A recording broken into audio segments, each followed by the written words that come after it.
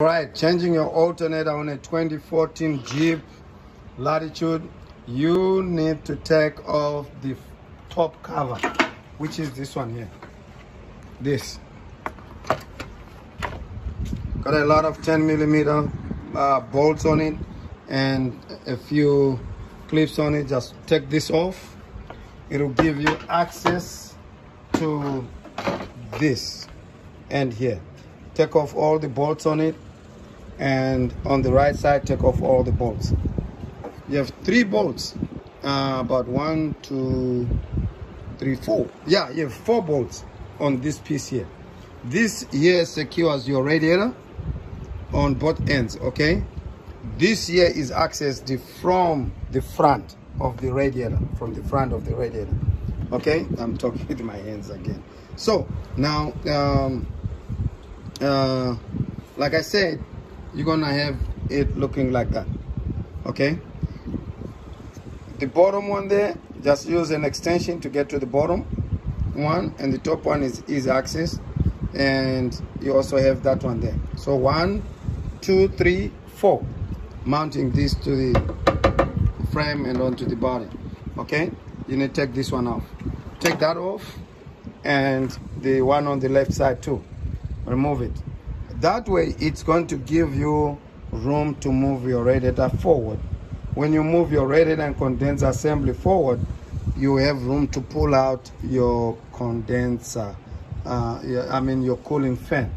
Your cooling fan is held by 2 10mm bolts, one on the left side top and the other one on the right hand side top. Once the fan is off, voila, voila, voila, you have your alternator right there.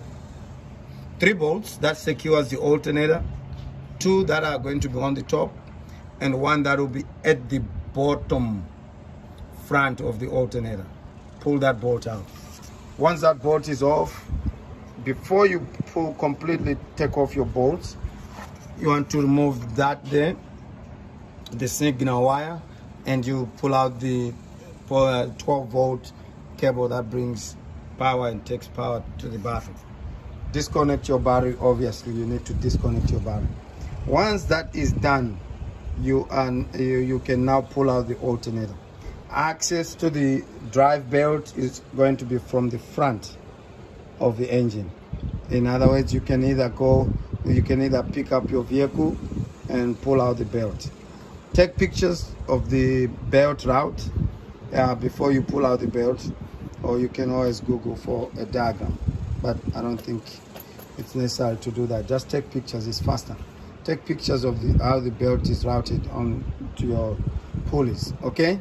Another recommendation is pull out this here, your top radiator hose. Have a tray to drain your coolant. The reason why is because of this plastic connector right there. You don't want to break that.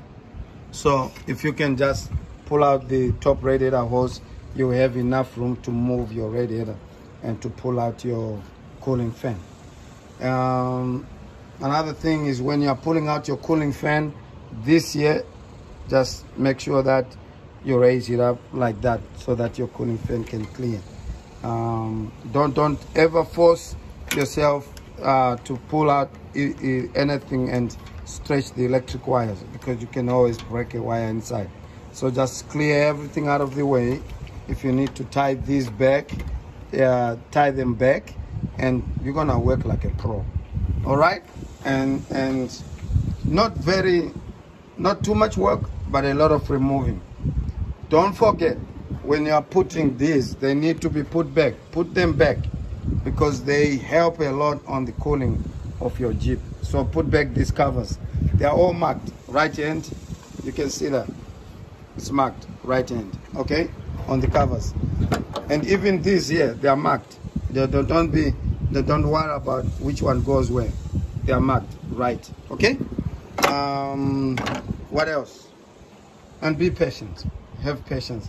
Don't have much worry. You can make it. You can do it. You need a 10mm socket. You need a 13mm socket, and you also need I think that's it. If there's anything, you also need the puller, you know, to pull out the clips.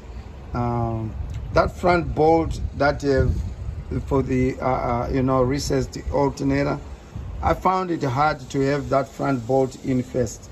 So what I just did was to support my alternator and put the top 2 bolts in first, and the back bolt and the side bolt was easy to put in.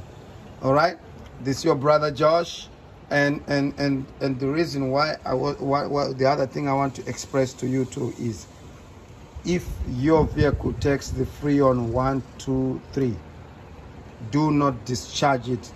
That Freon is expensive. You regret if you do that, because some might just go like, let me remove the AC compressor lines and get it from the bottom. Don't do that. The Freon in this car is more expensive than you coming from the top. So come from the top, remove the fan, and that's gonna be much easier for you. All right, and that also is gonna save you from bending all of any of these AC lines. I bet this kind of line is gonna be expensive if anything ever happens to it. So you'd rather avoid going that route. All right, again, this brother Josh. Stay blessed and enjoy driving your Jeep.